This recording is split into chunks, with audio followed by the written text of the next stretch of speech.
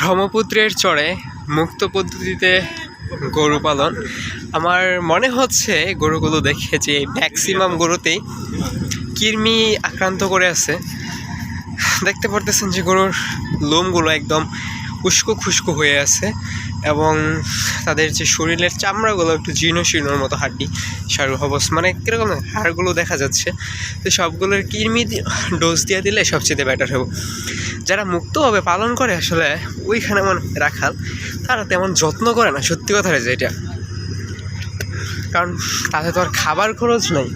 যদি আমাদের মতো খাবার খরচ যাইতো তাহলে তো অবশ্যই যত্ন করতে বাধ্য হইতো। তবে বিষয়টা সুন্দর, প্রাকৃতিক খাবার খাইয়া বড় হইতেছে গরু অনেকগুলা, যা আইতেছে তাই না। যদি একটু যত্ন করে তাহলে প্রচুর প্রফিট পাইব। এরকম একটা সুবিধা যদি আমার থাকতো তাহলে সত্যিকার অর্থে আমি ভেড়া আর গরুর একটা বিশাল খামার দিতে পারতাম।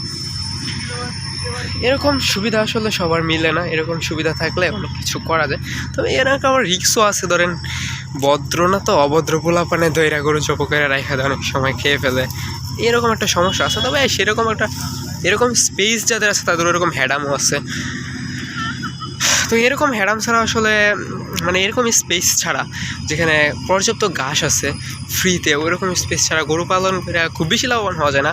মানে আমরা যেরকম খামার করি বদ্ধ পদ্ধতিতে খুব বেশি লাভবান হওয়া যায় না। কিন্তু এরকম স্পেস থাকলে ধরেন ছায়রা না পারলেও যদি ঘাস কইরাও নেওয়া যেত প্রচুর লাভবান হওয়া সম্ভব।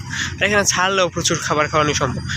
যাই হোক, এখানে আর মালিকের সাথে কথা বলার তেমন ইচ্ছা নাই, কারণ আমরা পার্টনারিয়া লোকই দূরে চলে গেছে, মানে আমরা যারা ঘুরতে আসছি আর কি।